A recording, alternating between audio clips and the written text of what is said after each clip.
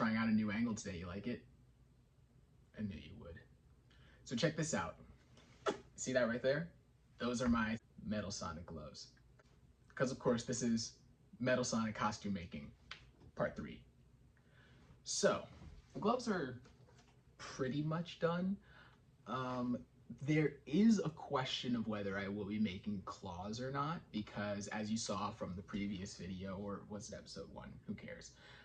From what you saw from the video where I talked about them before, the Prowler gloves have like this really big claw, like nail look, and it made it really hard to do anything during the day. The only thing I could do was hold a railing and open a door. So I'm definitely not going to be adding the like nails that Metal Sonic has. So there's 2 things that I may be doing here. Number 1, there's 3 things, but I'm probably not going to be doing this first one. The first one is just leaving this how it is. It looks good, so maybe I'll leave it the way it is. But chances are pretty low. I am probably going to be putting a 3rd section on these fingers here. Now, they're probably going to be nail shaped, but they're not going to pass the fingertip, so that in pictures it looks like a sharp finger. And option 3 is having it pass the fingertip just a little bit. Thankfully, I have some leftover gloves from a previous, I looked over here instinctually because this is where I used to keep them, but I finally cleared off this space so I can access my spray paint easier. So give me a round of applause now. Thank you. Oh, thank you, that means so much to me. I worked really hard. Thank you. Okay, shut up. So, the gloves are done. Let me throw on this other one real quick and we'll wipe to when I have them on. Dun, da, da, da. There we go.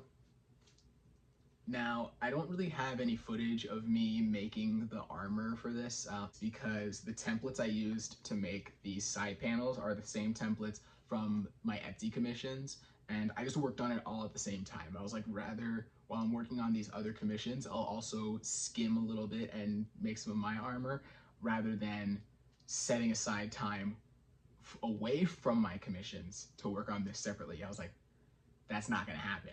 So, because I have so much other stuff I have to do.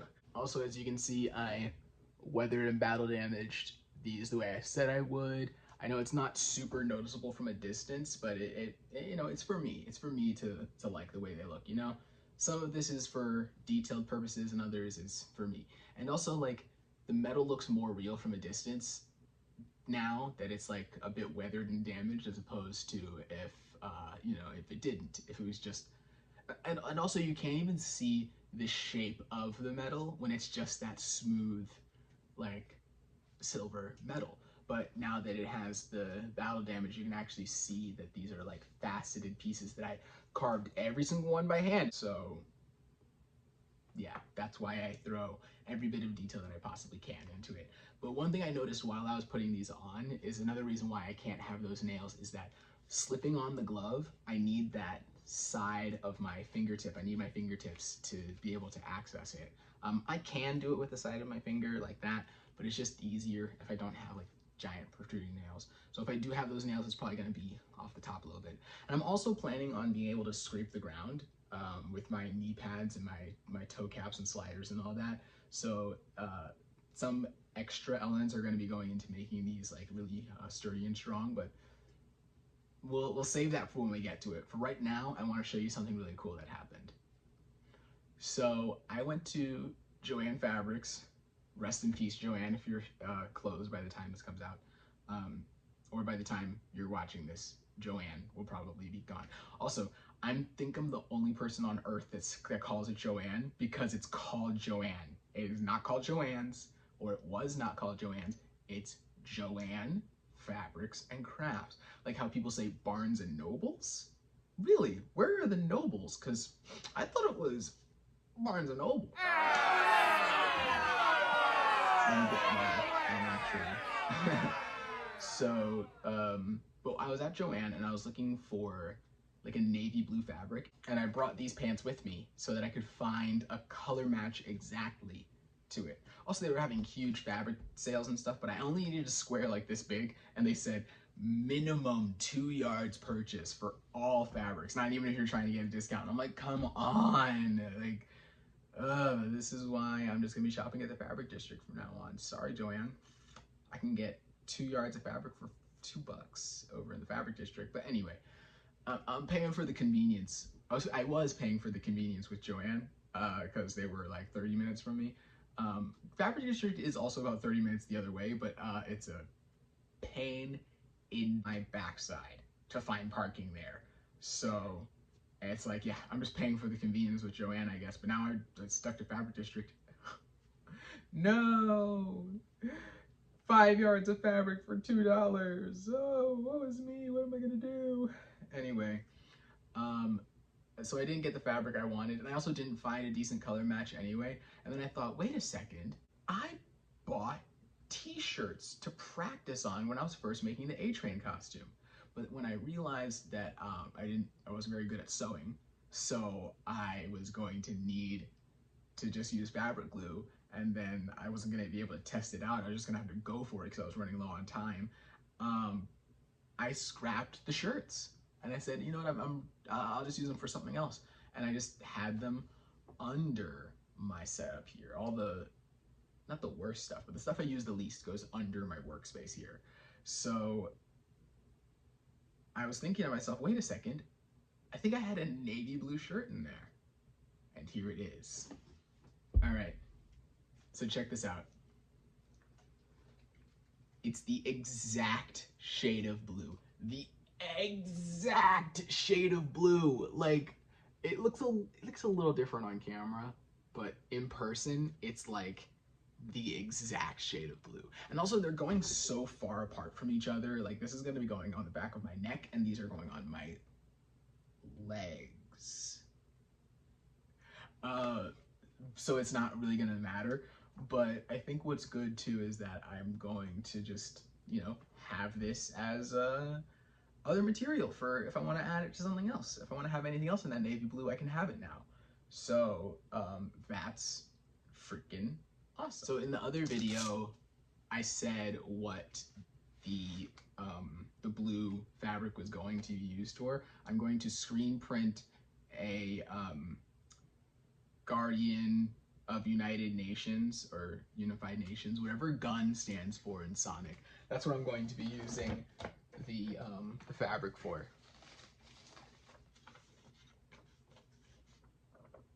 So this is going to go onto the back of the collar, and I am going to take you through that now.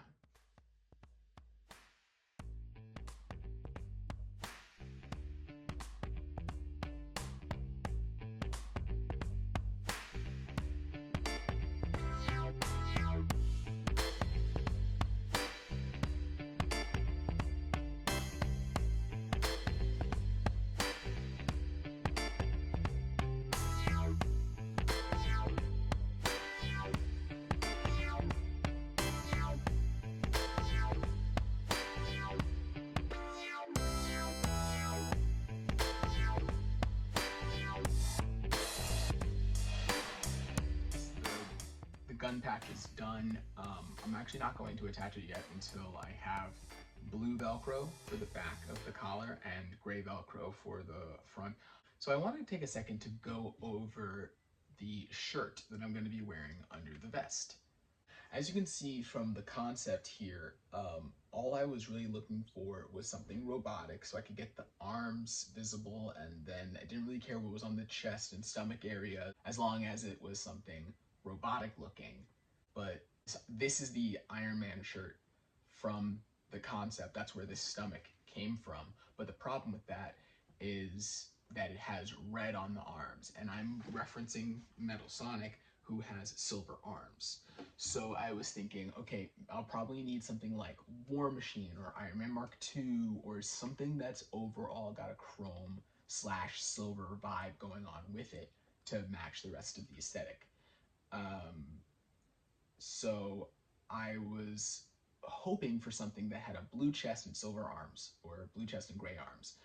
I knew that was very unlikely, but then I found this, and I was like, oh my gosh, that's not necessarily perfect, but it's pretty close. but I went through review after review after review, and I couldn't quite figure out what this character was. It looks so familiar. Doesn't this look familiar? But I just couldn't figure it out. And also the arms look like light blue. And also another problem with it is that, like I said, I didn't really care what the stomach looked like as long as it looked robotic. But this one, look at the arms. The arms kind of just looks like the stomach, the torso looks like the vibe I'm going for, but the arms just look like it doesn't look robotic. It just looks like armor, and that's not what I'm going for. So, I really just was looking at it for a few weeks, and I was like, I guess not. I was watching a video, and someone was wearing a Terminator morph suit, and I was like, that's exactly what I need, but not the suit. I just need the top, and I couldn't find a Terminator top. Eventually, I just started looking through like these pages and pages and pages of compression shirts, and this Batman one is the one I ended up on. Like the highest chance of me getting one of these shirts, it was going to be this one right here. And just as I was about to buy it, I then realized something. I was gonna have to match it to this color gray. And I was looking at this picture and I was like, that's kind of white. There's areas that might match the gray, but overall, that's white and it needs to be gray. So, just as I was about to buy it, I was like, and look at these arms too. Like, I know it's Batman and Batman's not robotic, but these arms are very robotic. And all of this torso, the Batman logo, everything was gonna get covered, but those ab plates were very robotic. And I'm like, this is perfect, but not the color. And then I started looking at the rest of the costume and started to realize, sure, I'm going to have robotic lines on the head and on the arms, but overall, and of course on the back, but overall, this is a fashionable costume inspired by a robot, not a robotic costume inspired by a robot. Then I realized, I think I'm just gonna do a solid color gray, because then I also realized, even though I have these designs on the costume to make things aesthetically look cyberpunk and robotic, I don't have anything else besides this shirt that's going to be like what you're looking at is a robot. But also, I also kind of considered my shoulders are going to be covered, my chest is going to be covered. It's my stomach and my arms that are the only things that aren't necessarily going to be covered, because I need to be able to breathe in this thing because it's going to be so hot. But I thought it might look a little cheesy if I have these robotic elements that are clearly on fabric over a body. So, and then I also considered, as I move, these robotic elements are going to be wrinkled. They're going to be creased. If I'm taking a picture and my arm is up like this, you're going to see the creases where there's supposed to be robotic parts. And I'm thinking, maybe I just need a gray shirt. I think that's it. I think all I need is just a gray compression shirt. And I looked on Amazon and I found one. Now, I'm about to open it right now. I have it right here. But I'm just like, I need it to be as close to this color gray as possible. So without further ado,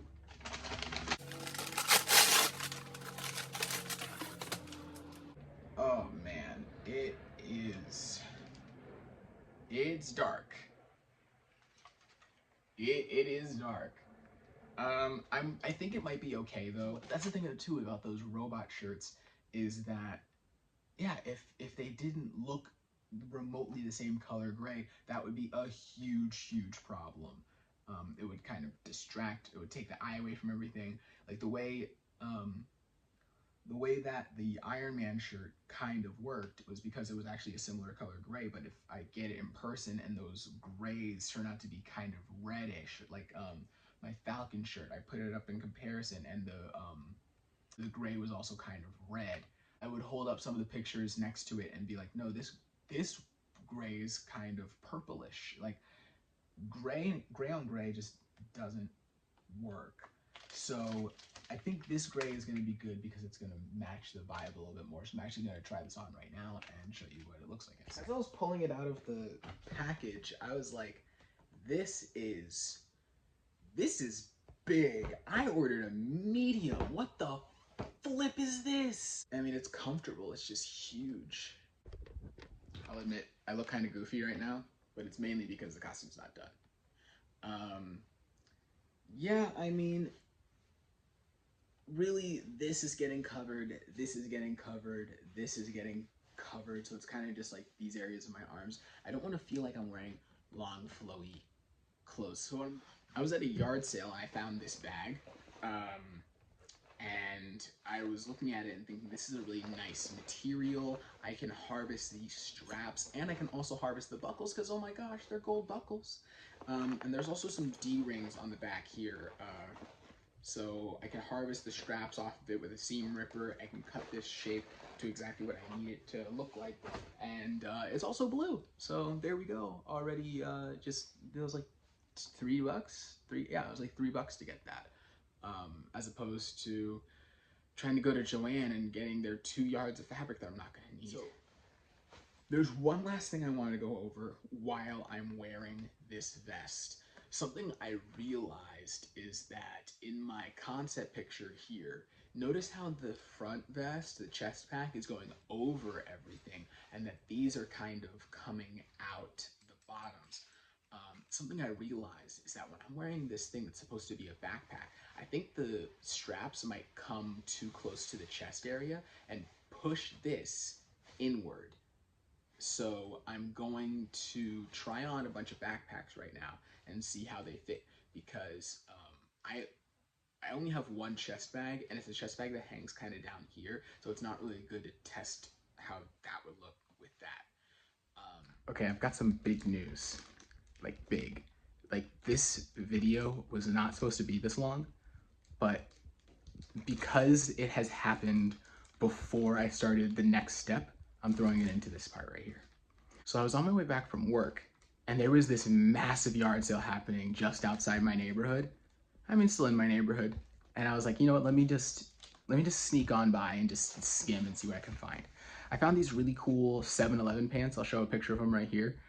And I was this close to getting them. I even tried them on. Look how good they look on me. That happened. I was this close to getting them, but I was like, let me just take a look around. And I saw this in a pile of bags, because I was thinking, like, after that last part I said before about looking for bags and maybe trying on different backpacks and seeing what I could find, I found this. How cool is that? Now, I know it's not blue, but it's yellow, and that works. And there is a bit more of a backpack part on it, which I'm okay with because I just have to build around it. And all of this top part is Velcro, so all I have to do to make the turbine is make it attach in some way that's Velcro, so I can just remove it and use this as a backpack. Also, the brand that makes it is, I mean, it's Uswe, but it's this thing called No Dancing Monkey, or the technology that it is called No Dancing Monkey, because it's made for bicyclists, and it doesn't bounce. It doesn't bounce at all. So I think it's right there. It is right there. No Dancing Monkey, which, like, even if you don't know the brand, and yeah, I have all of this anti-animal rhetoric on the Sonic costume, No Dancing Monkey is like, it's like it perfectly works, and it being in red is like really nice. I'm just not gonna cover it up. Like, it's amazing. And the guy who sold it to me, he said there's also a GoPro mount on it, and I'm like, I could put the turbine front right there. I just clip that in, have it Velcro right here, so that the back of the turbine is gonna Velcro at the top here. The front of the turbine is gonna clip right in, and you know, and then I can add buckles and stuff to make sure that buckles in nice and evenly. You know, like, dream come true. And then I said, when I was looking at it, I said, I might not get it though, still, because I saw he had shin and armor padding. And I tried going to like Big Five Sporting Goods when they were like, there's this one that was going out of business. And I tried looking for like blue umpire shin guards and knee pads, and they didn't have them. And I was like, that's okay, I'll probably just go for just the shin pads. And I saw he had this bucket of motorcycle shin pads.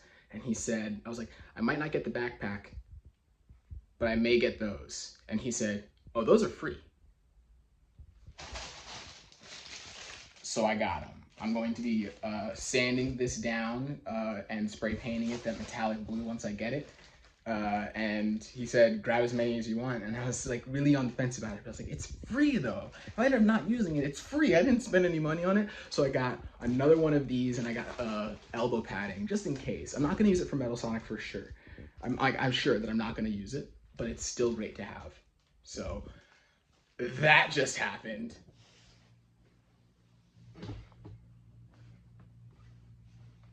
So this is where I'm at so far. You know, this is just trying on the knee pads, seeing how they look. The way they were in the package, this one kind of started flanging outward, so I'm probably gonna have to make that one the inner knee pad. But you know, there's like a carbon fiber kind of pattern on the plastic, but it's not actually carbon fiber, so I'm gonna be sanding that away and adding the metallic blue. Once I actually have to go out and get it. Whenever I move around though, this harness kind of pushes the collar up into the center, and that's kind of what I was afraid of. But it was only 15 bucks, but again, it was at a yard sale, so I can't like return it or anything and go for one of the other packs that I was looking for online. But the thing is, getting one of those packs, if I get it and it ends up being exactly what I need it to be, then I wasted $15. So I think it's much better of an idea to just press on and just like keep trying to see if I can make this the way I need it to go. And I think adding the stiffening material on the inside that's gonna have that that yellow reflective material on it is going to be helpful in that. One thing I really need to do is when I add that, I need to make sure it thins out the material, because this puffer material is already making my neck really warm, and I'm thinking about adding some sort of venting to this gray shirt because it's also very hot. Actually, give me one second. I have this blue shirt that's a compression shirt, and I think what I may end up doing, because it's also got these vented underarms, I think what I may end up doing is slicing off the sleeves from this and slicing off the sleeves from this and sewing them together and having gray arms, blue torso, because I know I don't have the arms and the head yet, but this is already coming out to be too gray, and I need it to be way more blue than it is gray. So there's that. But yeah, there are these little straps here that hold the, there are these Velcro straps that hold this kind of inward. And I think maybe if I abandon those, let it out, this can stay open better. Yeah. That's looking like that's the case. Okay, so note to self. Excuse me. Okay, so note to self: keep these straps undone.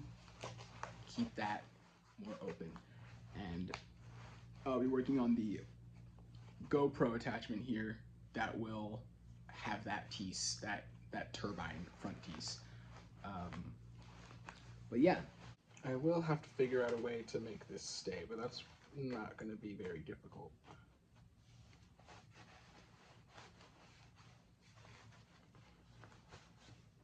Making this less hot is going to be the more challenging part. Also, the yellow is a very neon yellow, and it does not match the yellow of the hand. So I might be dyeing this. The back one's mostly getting covered up, but those straps do matter. So I may be dyeing that either blue, black, or getting it closer to the goldenrod color.